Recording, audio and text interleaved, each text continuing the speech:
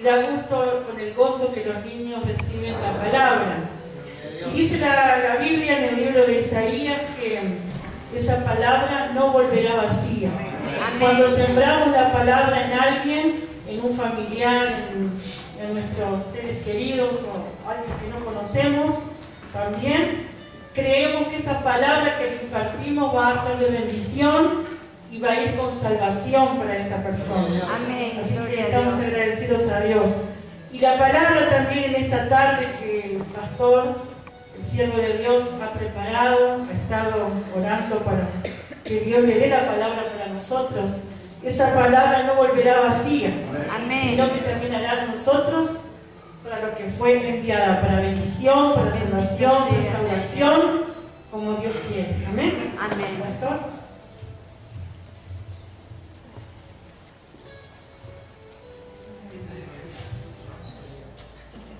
Dios siga bendiciendo, hermanos. Amén. Qué alegría estar aquí con ustedes. Es una noche de bendición. Amén. Gloria a Dios. Así que está a tu lado, es una noche de bendición. Gloria a Dios. La Biblia dice, hermano, que las bendiciones del Señor nos alcanzan. Amén. Amén. No tenemos que procurarlas nosotros, sino que ellas nos alcanzan cuando estamos en la perfecta voluntad de nuestro Padre Celestial. Ellas realmente nos alcanzan. Así que feliz de tener esta hermosa oportunidad. Yo les voy a invitar a que se pongan en pie, vamos a estar orando, a preparar nuestro corazón. Ya viene siendo preparado, ¿cierto? Por todo lo que se está haciendo aquí, a través de las alabanzas también, por las ofrendas, también la dirección de la reunión. Pero de manera especial en este momento por el mensaje de la palabra que Dios quiere hablar a nosotros esta noche. Así que cierre sus ojos, por favor. Olvide toda preocupación que usted pueda tener. A veces el enemigo quiere poner distracciones en el pensamiento, distracciones en la mente, de colocar nuestro pensamiento fuera de la reunión, fuera del culto, de todos los problemas que a veces podemos llegar a tener. Pero en este momento vamos a hacer ese sacrificio de alabanza a Dios, dedicándonos exclusivamente a escuchar el mensaje que tiene preparado para nosotros. Así como bien nuestra hermana Carolina comentaba, que David no le quería dar al Señor ningún sacrificio que no le costase. Nosotros estamos aquí presentes, Iglesia del Señor, para darle al Señor algo que realmente nos cueste. Y tal vez te costó venir a la iglesia, y eso puede ser un sacrificio, puede ser una ofrenda que le estás dando al Señor esta noche. Diciéndole, Señor, yo estoy aquí, se me hizo difícil venir, me costó salir de la comodidad de mi casa, pero aquí estoy. Aquí estoy para adorarte, aquí estoy para alabarte, aquí estoy para glorificar tu nombre. Yo sé que tú valoras este esfuerzo que yo hago. Por eso, Señor, te doy gracias y sé que tú me vas a bendecir. Que la bendición tuya estará sobre mi vida de una manera muy especial. Por eso prepara mi corazón. Hermanos, prepara tu corazón. Olvida el celular, olvida cualquier llamada telefónica, olvida todo. Este es el momento solamente, exclusivamente, para adorar al Rey de Reyes y Señor de Señores. Este es el momento solamente para dedicarle a Él todo nuestro corazón, para permitir que la semilla de la palabra de Dios pueda germinar, que tu corazón, amado, amada, sea una buena tierra, para que el mensaje de la palabra de Cristo pueda correr y ser glorificada y dé fruto en tu corazón, en tu interior, al 30, al 60 y al 100 por uno. Para la gloria de tu nombre, Jesús, te damos gracias y toda la iglesia dice amén, amén, amén. Gloria a Dios.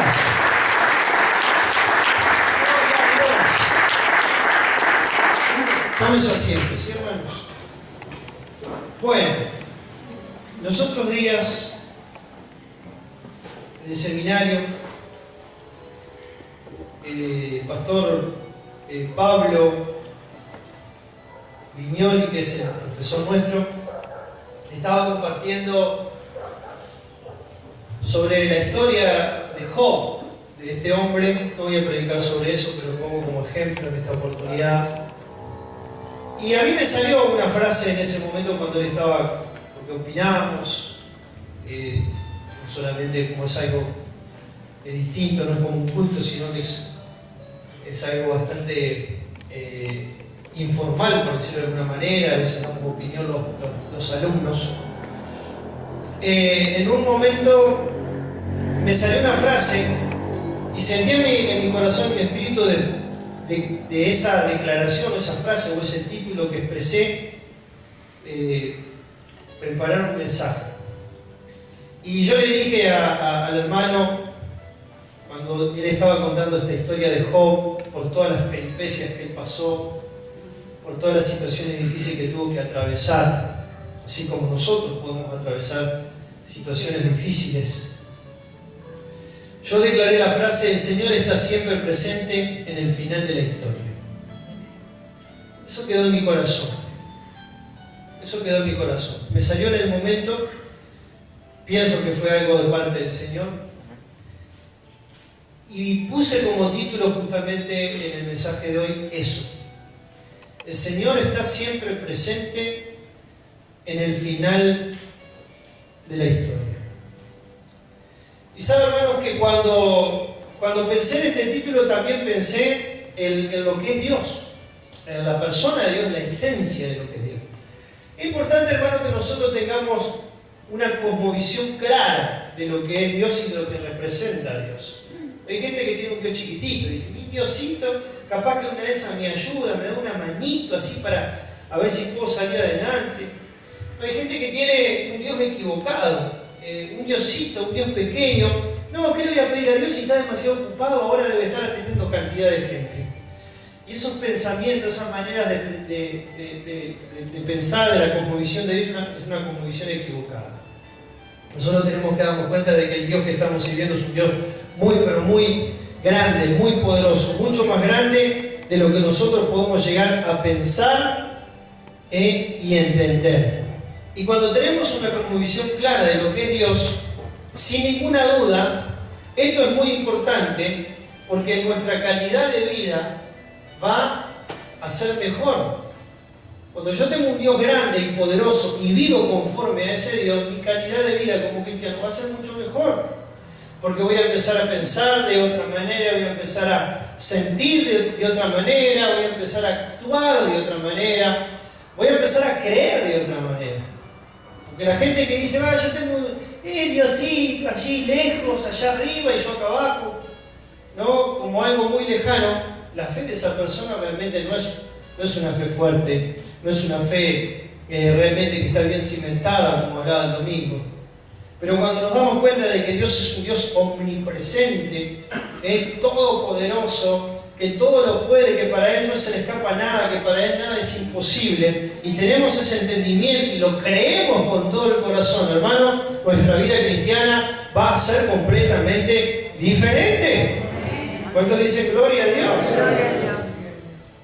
Por ejemplo, yo en varias oportunidades aquí mencioné que Dios tiene la capacidad de vivir en un eterno presente.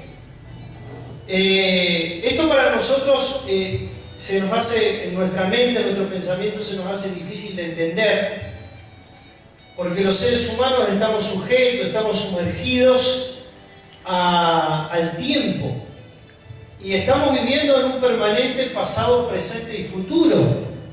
Y siempre, en todas las oportunidades que tengo de hablar de este tema, me gusta hablarlo, porque es una realidad que vivimos los seres humanos. Lo que dije hace 2 minutos ya es pasado, lo que estoy diciendo ahora es presente, pero va a ser pasado en un momento, lo que voy a decir dentro de 5 minutos va a ser futuro, pero después va a ser presente y después va a ser pasado. ¿Se entiende? Amén. Entonces nosotros estamos viviendo, estamos metidos dentro del tiempo. Pero cuando nosotros hablamos de Dios y damos el concepto de Dios, nos damos cuenta de que Dios está por encima de ese tiempo. Él está por encima, Él no está sujeto al tiempo. Entonces, para Dios, por ejemplo, no existe el pasado, porque Él ya está en ese lugar. Y para Dios, por eso le digo que esto es difícil de comprender en nuestra mente, pero es una realidad. Para Dios no existe el futuro, como nosotros, que el futuro es una realidad, porque no hemos llegado a esa situación, o a ese momento, pero para Dios no existe el futuro, porque Dios ya está en el futuro. No sé si usted me está entendiendo lo que le estoy diciendo, y si no lo entiende, por lo menos créalo. Yo te lo puedo graficar de esta manera. Hago un círculo así imaginario, y ese círculo viene a ser el tiempo. Y nosotros estamos adentro de ese círculo. Dios está por encima. Entonces, Dios desde aquí ve el tiempo moverse como ese círculo, como esa nube, como esa esfera.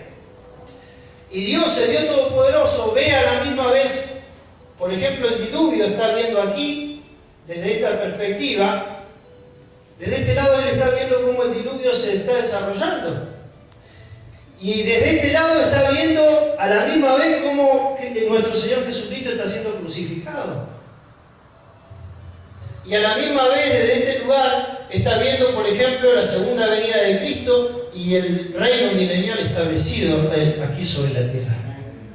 Todo a la misma vez. ¿Cuántos pueden decir gloria a Dios? Gloria a Dios. Ese es el Dios que tú y yo estamos adorando. Entonces, cuando yo entiendo esto,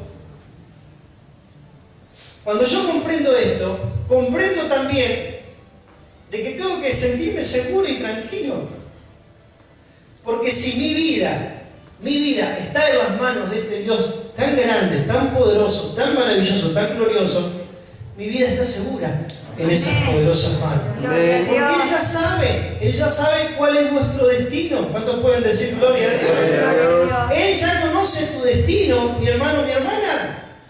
Y yo te puedo decir en esta noche que tu destino, espero que sea así, es un destino maravilloso que Dios tiene. Gloria a Dios. Amén, gloria a Dios. Porque si Dios te eligió y si Él te escogió para un plan y para un propósito, ese destino se va a cumplir en tu vida. Suceda lo que suceda, aunque venga el mismo infierno, aunque venga el mismo Satanás, aunque venga el mismo diablo, aún vos mismo con tus actitudes quieras frustrar ese destino, no lo vas a poder hacer porque estás en las manos del Todopoderoso, del Rey de Reyes, del Señor de Señores, del Dios que vive en ese eterno presente.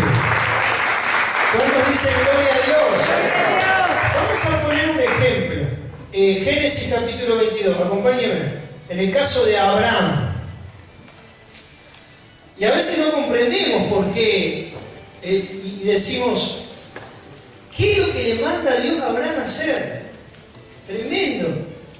Cuando uno se pone a imaginar humanamente, a la carne, en el pensamiento natural, de lo que Dios le manda a hacer a Abraham,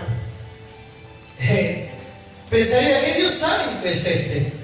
La mente humana, natural y carnal, lo primero que piensa es eso. ¿Qué sadismo de Dios pedirle a Abraham que sacrifique a su hijo Isaac? ¿Cómo puede ser eso? Ahora, cuando nosotros vemos desde la cosmovisión de Dios esta historia, y no en la humana, no en la mente finita humana, sino desde el lugar de Dios, ahí vamos a comprender de una manera mucho más clara por qué Dios le manda a sacrificar a Isaac. Porque Dios, le vuelvo a repetir, ya estaba en el final de esa historia. Amén. Dios ya estaba en el final de la historia y Él ya sabía cómo iba a terminar ese partido.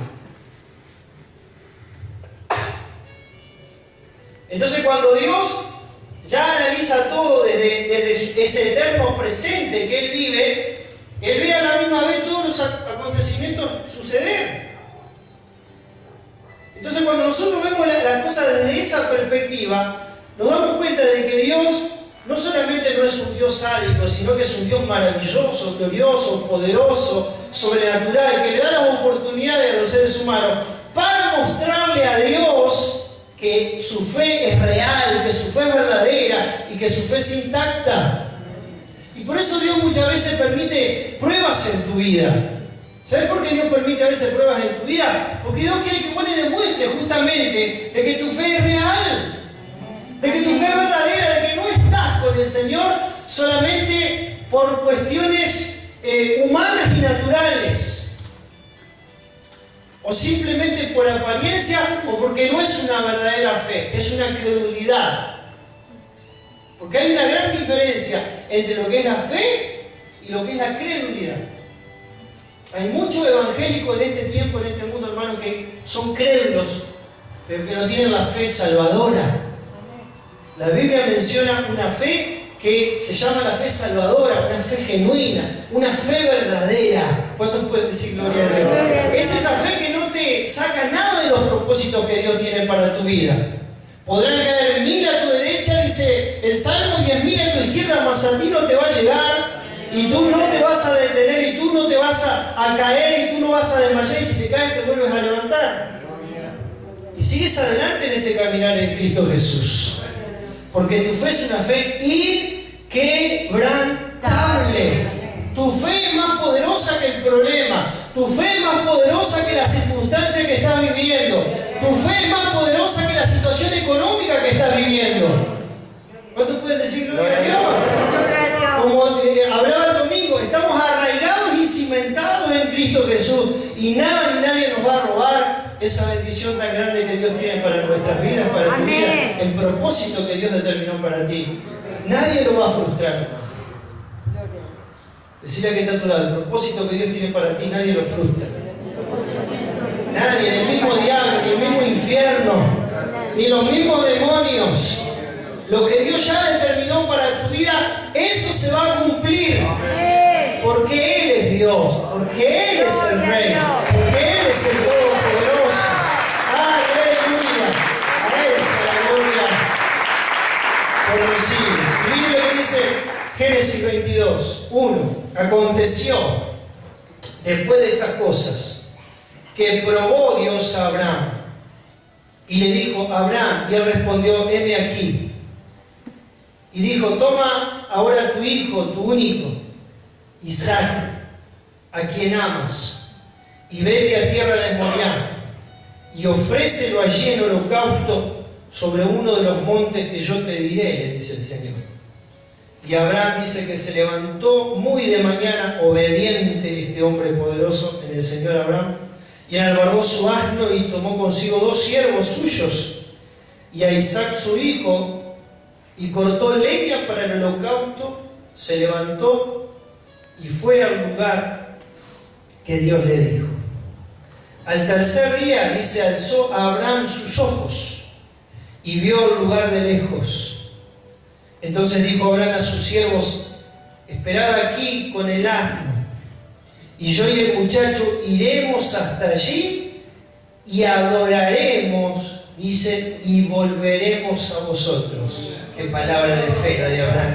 Él sabía que iba a volver de alguna manera con Isaac, aunque él fue obediente a lo que Dios le pidió. Versículo 6. Y tomó Abraham la leña del holocausto, la puso sobre Isaac su hijo. Qué tremendo esto, ¿no? Qué escena increíble. Y él tomó en su mano el fuego, el cuchillo, y fueron ambos juntos. Entonces habló Isaac a Abraham su padre y le dijo: Padre mío. Y él respondió: heme aquí, mi hijo. Y él dijo: he aquí el fuego y la leña, mas ¿dónde está el cordero para el holocausto? Y respondió Abraham: Dios se proveerá de cordero para el holocausto, hijo mío. E iban juntos. Y cuando llegaron al lugar que Dios le había dicho, edificó allí Abraham, dice, un altar, y compuso la leña, y ató a Isaac su hijo. ¡Wow! ¡Qué tremendo! Y lo puso en el altar sobre la leña. Digo yo esto entre paréntesis, como Dios le había mandado. Versículo 10. Y extendió Abraham su mano y tomó el cuchillo para degollar a su hijo. Entonces el ángel de Jehová le dio voces desde el cielo y le dijo: Abraham, Abraham. Y él respondió: heme aquí. Y dijo: no extiendas tu mano sobre el muchacho, ni le hagas nada, porque yo conozco que temes a Dios, por cuanto no me rehusaste tu hijo, tu único. Entonces alzó Abraham sus ojos y miró, y he aquí a sus espaldas un carnero trabado en un zarzal por sus cuernos. Aleluya. Y fue Abraham y tomó el carnero y lo ofreció en holocausto en lugar de su hijo. Y llamó a Abraham el nombre de aquel lugar, Jehová proveerá. Cuando dicen gloria a Dios. Gloria a Dios. Por tanto se dice hoy, en el monte de Jehová será provisto. Y llamó el ángel de Jehová a Abraham por segunda vez desde el cielo y dijo: por mí mismo he jurado, dice Jehová, que por cuanto has hecho esto, mire qué premio recibió Abraham, y no me has rehusado tu hijo, tu único hijo, de cierto te bendeciré y multiplicaré tu descendencia como las estrellas del cielo y como la arena que está a la orilla del mar, y tu descendencia poseerá las puertas de sus enemigos. En tu simiente serán benditas todas las naciones de la tierra, por cuanto obedeciste a mi voz. Amén. Gloria ¿Cuántos a pueden Dios. decir gloria a Dios a esto, hermano? Gloria a Dios. Entonces, cuando vemos esta historia maravillosa, que podríamos decir tanto, ¿no? Tanto sobre la historia de Abraham, que es un tipo de lo que pasó con nuestro amado Señor Jesucristo, que murió en nuestro lugar. Ese cordero en realidad representa a nuestro amado Señor Jesucristo, que se colocó en el lugar de Isaac, su hijo, para que el hombre no muera, para que el hombre no fuera sacrificado, sino el animal. En el caso de Jesucristo, Él es el Cordero de Dios que quita el pecado de la humanidad, y Él se colocó en el lugar de todos nosotros. Es una historia maravillosa para contar, pero lo interesante de todo esto es ver que Dios, ¿por qué escogió a Abraham? Lo escogió porque sabía cómo Abraham iba a actuar, y Él conocía el final de la historia. Y sabía que todas estas cosas hermosas iban a suceder después. Por eso cuando uno lee de una manera natural, humana, vuelvo a repetir, el comienzo de la historia, dice: ¿cómo Dios le pudo mandar a hacer esto? Claro que pudo mandar a hacérselo, porque el final de la historia, la película, iba a terminar de una manera maravillosa. Amén. Que pasaron los siglos y los siglos, y hoy se sigue contando de esta historia gloriosa de lo que hizo este hombre de fe. La Biblia dice que Abraham fue llamado el amigo de Dios. Mateo capítulo 10, vamos a ver otra historia interesante también, que es con respecto a Pedro. Vemos en Mateo capítulo 10 que Jesús escoge a 12 discípulos. Entre esos 12 discípulos, capítulo 10, ¿no? Mateo 10, verso 1 y 2, busca allí. Entre esos 12 discípulos estaba Pedro. Jesús y Dios ya sabía cuál iba a ser todo el proceso que Pedro iba a recorrer. Y todas las veces que Pedro iba a meter la pata. Y todos los errores que Pedro iba a tener. Dios ya sabía eso. Como Dios ya sabe, hermano, desde el día que te escogió, todas las metidas de pata que ibas a cometer también. Todos los errores que cometiste, hasta ahora, y que vas a seguir cometiendo. Dios es misericordia, ¿no? Amén. Qué misericordioso Dios. Y entre esos 12 discípulos, lo peor de todo no era que escogió a Pedro, sino que también escogió a Judas. Eso es algo que uno se pone a analizar y dice: es un misterio.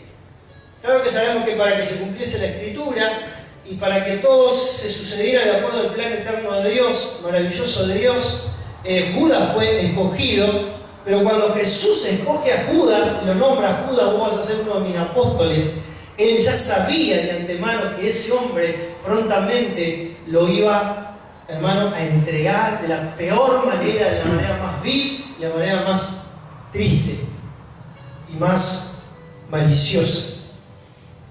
Y cuando escoge también a Pedro, él sabía exactamente todo lo que Pedro iba a hacer. Pero lo más maravilloso de todo esto es de que Dios siempre está al final de la historia. Amén. Y Mateo 10 dice: entonces, llamando a sus 12 discípulos, les dio autoridad sobre los espíritus inmundos para que los echasen fuera y para sanar toda enfermedad y toda dolencia. Los nombres de los 12 apóstoles son estos. Al primero que eligió fue a Simón, llamado Pedro. Mire qué tremendo. Y después están todo el resto de los apóstoles. Entonces, hermano, cuando vemos esta elección que hizo el Señor sobre Pedro y sobre los demás, Él hace esta elección desde su cosmovisión, desde la cosmovisión eterna de saber de que cómo va a terminar la historia con este hombre Pedro. Hay un proceso en la vida de este varón. Si nosotros vamos al libro de San Juan, capítulo 13, vamos a ver allí cómo se va produciendo este proceso en la vida de Pedro, este caminar con el Señor en la vida de Pedro. Y allí en Juan capítulo 13, versículo 36, Pedro le hace una pregunta al Señor. Porque él estaba en ese momento intrigado, preocupado. Él había entendido mal el mensaje que Cristo le había dado, de que él tenía que morir en una cruz y dar la vida por la humanidad. A él no le entraba eso en la cabeza, a Pedro, ¿verdad? Entonces, en el libro de Juan, capítulo 13, versículo 36 al 38, dice, le dijo Simón Pedro, Señor, ¿a dónde vas? Le dice a Jesús. Y Jesús le respondió, a donde yo voy, no me puedes seguir ahora. Mire qué interesante lo que dice Jesús. No me puedes seguir ahora, dice, mas me seguirás después. O sea que Jesús, en esa cosmovisión eterna de él saber todo lo que iba a suceder después, ya le estaba profetizando de que él iba a seguir más adelante, que él se iba a equivocar, pero luego se iba a levantar. Me seguirás después, dice. Le dijo Pedro, Señor, ¿por qué no te puedo seguir ahora? Decía Pedro. Mi vida pondré por ti. Mire, ahí creo que cometió el error más grande Pedro, ¿no? Mi vida pondré por ti. A veces nosotros estamos así, ¿no? Nos agarra un ataque de emoción y decimos, Señor, voy a dar todo por ti. Cuando viene la prueba, nos echamos para atrás. Que no sea un ataque de emoción, que realmente sea una convicción. Mi vida pondré por ti. Jesús le respondió, ¿tu vida pondrás por mí? Yo me imagino cómo se lo hará. Respondió, ¿tu vida vas a poner por mí, Pedro? De cierto te digo, no cantará el gallo sin que me hayas negado 3 veces. Tremendo. Tremendo. Jesús ya sabía que Pedro iba a negar al Señor 3 veces. Así como Él, Señor hermano, sabe todas las veces que tú le has fallado. El Señor ya sabía que vos le ibas a fallar. Y eso es una de las cosas que a mí más me intrigan de la vida cristiana que estoy llevando. Dios sabía que yo muchas veces le iba a fallar.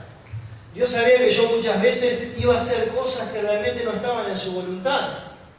Y sin embargo, y a pesar de todo eso, Él igualmente me escogió para ser parte de su pueblo querido y amado, para ser parte de su preciosa y amada iglesia del Señor.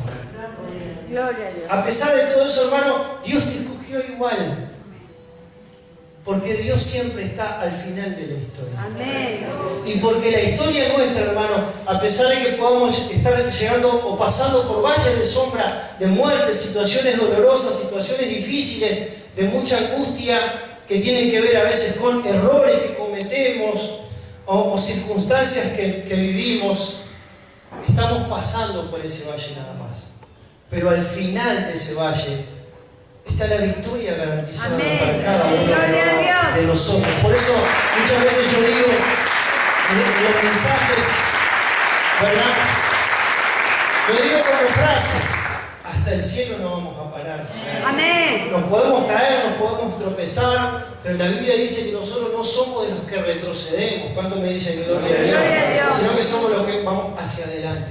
Amén. La Biblia dice, puesto los ojos en quién. En Jesús, el autor y consumador de la fe. No ponga los ojos en las personas, hermano. No ponga los ojos en el hermano que te falló, que me falló, que no me falló, que déjese de pavada. Mire a Cristo. Amén. Cuando los cristianos miramos a Cristo, al Señor, nada nos para, nada nos detiene, nada ni nadie nos va a detener. Porque si tenemos puesto la mirada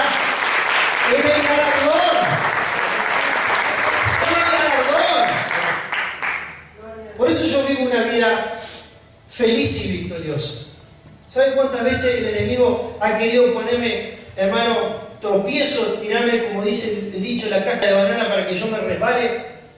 Y ha elegido muchas veces a personas cercanas para defraudarme, para lastimar mi corazón, para que yo desvíe mi mirada de Cristo.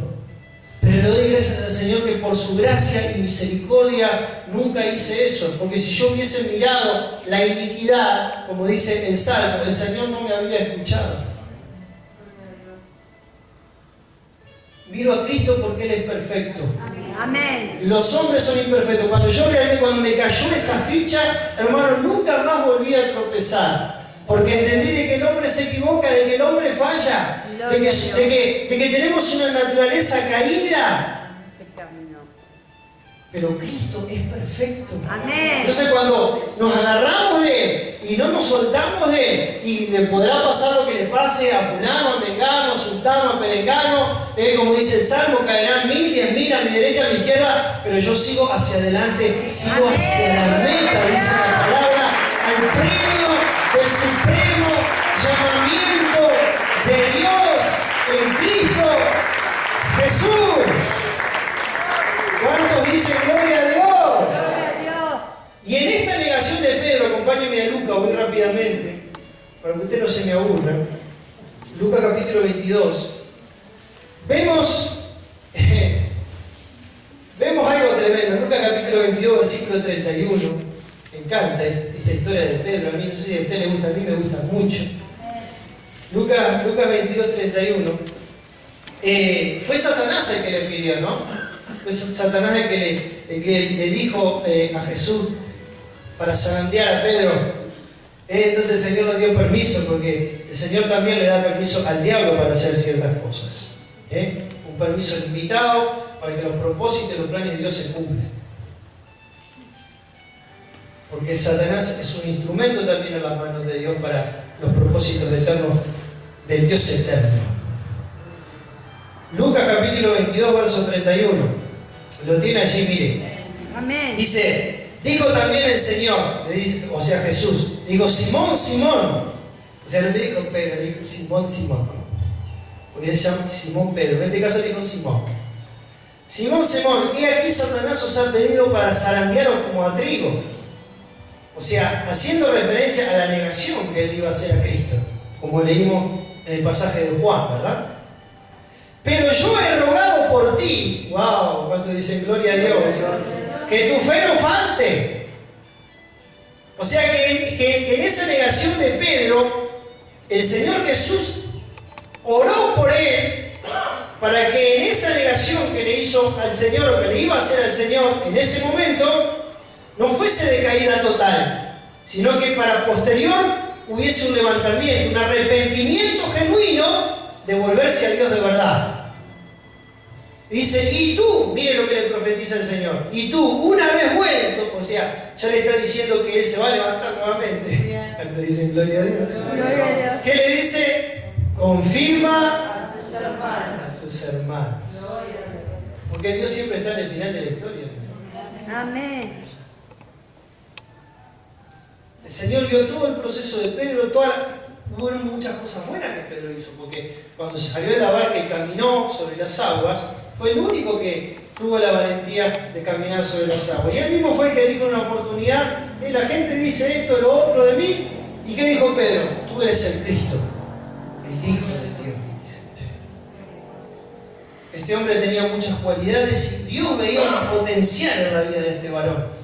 Pero claro, en el camino y en el proceso hubieron muchos tropiezos y muchas cosas en las cuales Pedro tenía que cambiar. Pero Dios no estaba viendo a ese Pedro negón, a ese Pedro, ¿verdad?, que precipitado. Él estaba viendo al futuro Pedro. Al Pedro que iba a ser transformado de una manera poderosa, gloriosa, que iba a ser un instrumento poderoso en las manos del Señor. Juan capítulo 21, acompáñenme rápidamente. Y allí vemos cuando Jesús resucita de entre los muertos, se encuentra con ¿quién? Con los discípulos. Y se encuentra con varios discípulos, pero se encuentra con Pedrito otra vez. Y esa negación que Pedro había hecho al Señor Jesucristo era como una espina clavada en su corazón que tenía que ser quitada de su alma, tenía que ser sanada. Entonces Jesús se sienta con Pedro para charlar ahí en el fogón, comiéndose un pescadito que habían pescado los dos, y le dijo: vení Pedrito, vamos a conversar un rato, vamos a charlar un poco. Capítulo 21, verso 15. Entonces, dice en el 21:15 de Juan: cuando hubieron comido, Jesús dijo a Simón Pedro: Simón, hijo de Jonás, ¿me amas más que estos? Respondió: sí, Señor, tú sabes que te amo. Él le dijo: apacienta mis corderos, Pedrito querido. Volvió a decirle la segunda vez: Simón, hijo de Jonás, ¿me amas? Pedro le respondió: sí, Señor, tú sabes que te amo. Le dijo: pastorea mis ovejas. Le dijo la tercera vez: Simón, hijo de Jonás, ¿me amas? Y ahí Pedro recuerda las tres veces que le niega al Señor. Entonces Pedro se entristeció de que le dijese la tercera vez: ¿me amas? Y le respondió: Señor, tú lo sabes todo. Tú sabes que yo te amo. A pesar de que yo te he fallado, Señor, tú sabes que yo te amo. A pesar de que me he equivocado muchas veces, Señor, tú sabes que yo te amo. No te lo estoy diciendo yo, hermano, parte de la lectura de la Biblia, ¿verdad? Que es algo que nos compete a nosotros. Señor, tú sabes que yo te amo a pesar de los errores y a pesar de todo lo que he hecho mal y las metidas de pata que he hecho, tú sabes que yo te amo, Señor. Entonces Jesús le dice: apacienta mis ovejas. Y mire lo que le dice, a partir del verso 18, es tremendo lo que el Señor le dice a Pedro. Mire: de cierto te digo, Pedro, que cuando eras joven te ceñías e ibas a donde querías, o sea, hacías lo que se te antojaba. Mas cuando ya seas viejo, extenderás tus manos y te ceñirá otro y te llevará a donde no quieras. Esto dijo, dando a entender con qué muerte había de glorificar a Dios. Y dicho esto, añadió: sígueme. Vemos aquí, hermano, que Jesús ya le estaba profetizando a Pedro de que él iba a dar la vida por el Señor. Que él iba a morir por Cristo, por causa del Señor. La historia, no lo dice la Biblia, pero sí lo dice la historia contemporánea de los grandes historiadores de aquella época, que Pedro lo iban a crucificar, porque iba a morir crucificado. Lo agarraron, lo atraparon, y ya siendo viejo, como aquí lo profetiza el Señor Jesucristo, él iba a morir crucificado. Entonces, en un momento de la historia misma lo marca y lo dice que él se negó, y él dijo: yo no soy digno de morir de la misma forma que murió mi maestro, mi Señor. Entonces, bueno, los soldados arreglaron el asunto y lo crucificaron cabeza para abajo. Fue crucificado al revés. Y con esa muerte honró y glorificó al Dios Todopoderoso. Amén. Ahora usted se imagina y piensa por qué cuando estaban allí en Mateo 10, Jesús eligiendo a los 12 discípulos, lo eligió a Pedro. No lo eligió por el momento, por la actualidad, ni por lo que iba a pasar un tiempo después. Lo eligió por toda la historia en general. Porque Dios estaba al final de la historia de Pedro, en el momento en que él iba a dar la vida, su propia vida la iba a entregar, su propia sangre la iba a entregar por amor al Salvador del mundo, por amor al amado Señor Jesucristo. ¿Cuántos pueden decir gloria a Dios? Gloria a Dios. Hermano, el Señor conoce tu corazón. Porque esta historia que estoy compartiendo ahora, hay situaciones en nuestra vida que son similares, que no son exactamente iguales, pero sí son similares. Y de la misma manera pasa con vos y conmigo. Dios ya está en el final de tu historia. Amén. Decirle que está a tu lado: Dios ya está en el final de tu historia. Y esa, yo creo que esa historia es maravillosa. Gracias, Señor. Y es gloriosa. Gloria al Señor. El Señor conoce los momentos difíciles que vos has pasado, aún esos momentos que viviste una decadencia espiritual, porque en esos momentos cuando vos Decir, Señor, ¿cómo salgo de esta? ¿Cómo salgo de esta situación? Mirá todos los errores que he cometido, Señor. Me siento atado. ¿Por qué hay cristianos que se sienten así atados? Dicen, no puedo salir de esta situación, no puedo salir de este vicio, no puedo salir de esta mala costumbre que estoy teniendo. El Señor realmente me va a perdonar. Ya caí como 1, 2, 3, 4, 5, 10 veces. Estoy atrapado por el pecado, el enemigo, y no puedo salir adelante. Y has hasta pensado en algún momento de tu vida que el Señor no me va a perdonar nunca. El Señor no me va a perdonar nunca por lo que hice. Pero en esta noche, hermano, yo te doy una buenísima noticia. Y la noticia es que vos te podés levantar de esa situación y podés enfrentar a ese enemigo que vos estás luchando tanto, y lo vas a vencer por la ayuda del Señor. Lo vas a vencer por la ayuda del Espíritu Santo. Lo vas a vencer. Porque la Biblia dice que si Dios está conmigo, ¿quién podrá contra mí? ¿Cuánto dice gloria a Dios? Gloria a Dios. El último pasaje, Apocalipsis 19. Porque bueno, hemos hablado de Pedro y hemos hablado de Abraham. Pero ¿qué de nosotros? Dios está al final de esta historia. Amén. Cuando nosotros leemos el libro de Apocalipsis, lo leemos como si fuese presente. Aleluya. Pero todavía no sucedió. La Biblia dice que en el capítulo 4 en adelante es la gran tribulación, todavía no aconteció. Y en algunos pasajes simultáneamente la Biblia habla del tribunal de Cristo y de la boda del Cordero, que es simultáneo a la gran tribulación. O sea, los que hemos sido arrebatados al cielo, los cristianos, tendremos unos grandes acontecimientos.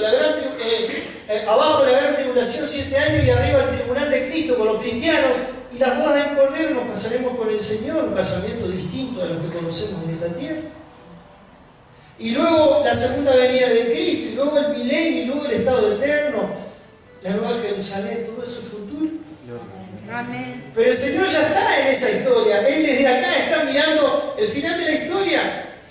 Él está viendo la crucifixión acá, pero está viendo acá todos esos acontecimientos que en Apocalipsis se van a dar. Para nosotros se van a dar, pero para el Señor ya está. Amén.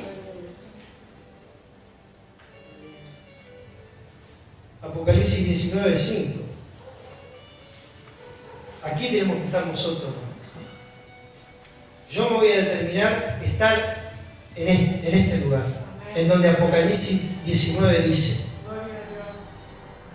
19:5 Apocalipsis, ¿lo tiene? Amén. Y salió del trono una voz que decía: alabad a nuestro Dios. Fíjese que dice que salió, o sea, algo que ya pasó.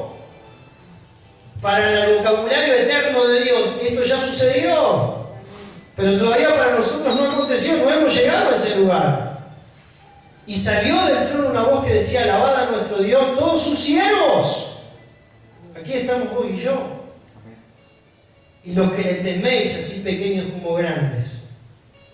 Y oí como la voz de una gran multitud. Allí estoy yo, hermano, y allí estás vos. En esa gran multitud. Bendito sea su nombre. Amén. Como lo estruendo de muchas aguas, dice la palabra. Y como la voz de grandes truenos que decía: aleluya, porque el Señor, vuestro Dios, Todopoderoso, reina. Allí vamos a estar y a declarar nosotros estas palabras. Nuestro Dios Todopoderoso reina. Dice el 7: gocémonos y alegrémonos y démosle gloria. ¿Por qué?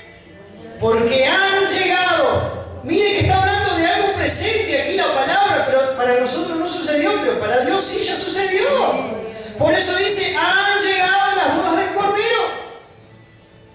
Y su esposa, ¿quién es la esposa? Decía que está a tu lado: vos sos la esposa del Señor. ¿Y su esposa qué? ¿Se ha qué? Y a ella se le ha concedido que se vista de lino fino, limpio y resplandeciente, porque el lino fino es las acciones justas de los hermanos de Restaurando Vidas. Démosle gloria a Dios. ¡Aleluya! Porque como dije en el título, el Señor está siempre presente en el final de tu historia. Y aquí Él está presente cuando vos alabes al Rey de Reyes, Señor de Señores, en la eternidad, para siempre, al Todopoderoso. No importa la prueba que estés pasando aquí, hermano, hasta el cielo no pares. ¡Gloria a Dios! Vamos a orar. Señor, gracias. Oh, hay victoria en Cristo Jesús. Levante las manos al cielo, oh gloria. Oh, gloria a ti, Señor. Gracias por tu palabra. Gracias por tu palabra, Señor. Porque estamos en tus manos. Estamos en las mejores manos, hermano. Oh, amado hermano, hermana, estás en las mejores manos. Aleluya. Yo no sé la prueba que vos estás pasando ahora. Yo no sé la dificultad que vos estás atravesando. No sé lo que está pasando dentro de tu corazón. Pero sí te puedo decir de que el Dios que vos estás sirviendo, el Dios que yo estoy sirviendo, es un Dios grande y poderoso. Aleluya. Estás en las manos del Rey de Reyes. Oh, amado, amada, estás en las manos del Señor de Señores. Él cuida de ti, Él te protege. Aleluya. Él está como poderoso gigante sobre ti. La unción del Espíritu Santo está sobre tu vida. Dice la Biblia que tenemos la unción del Santo. Tenés la unción del Santo y conoces todas las cosas, dice la palabra de Dios. Por eso en esta noche, hermano, hermana, deja toda carga delante del Señor, deja toda angustia. Dejásela a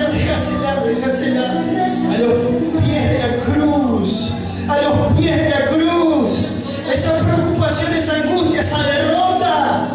Oh, yo te digo en esta noche, amado, amada, no más derrota, porque el Rey de Gloria está contigo para ayudarte, para bendecirte y para protegerte. La unción del Padre está sobre ti ahora.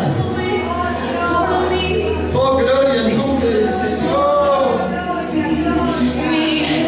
Levante las manos, cierra sus ojos. Levante las manos, cierra sus ojos y adore al más grande de todos, al Todopoderoso. Necesitamos, Señor. Necesitamos, Señor. Necesitamos de tu presencia. Necesitamos de tu poder. Necesito que mi lámpara esté encendida.